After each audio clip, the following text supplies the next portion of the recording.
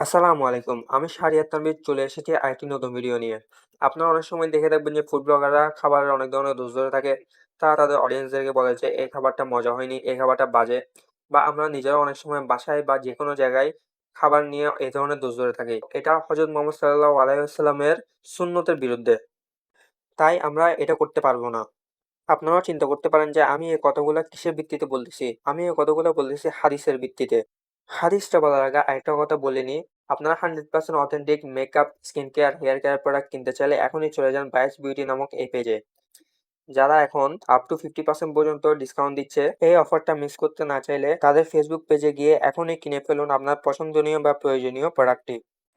আবু হুরায়রা রাদিয়াল্লাহু আনহু হতে বর্ণিত, রাসূলুল্লাহ সাল্লাল্লাহু আলাইহি ওয়াসাল্লাম কোনো সময় কোনো খাদ্যকে মন্দ বলেননি।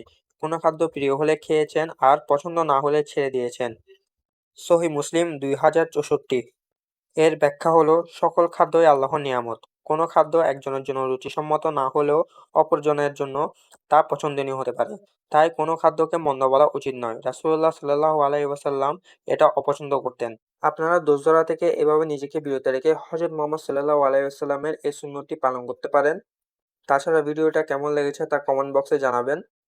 ভিডিও যদি ভালো লেগে থাকে তাহলে লাইক, শেয়ার, ফলো বা সাবস্ক্রাইব করে থাকবেন। আসসালামু আলাইকুম। আল্লাহ সকল বিষয়ে ভালো জানেন। সবাই ভালো থাকবেন।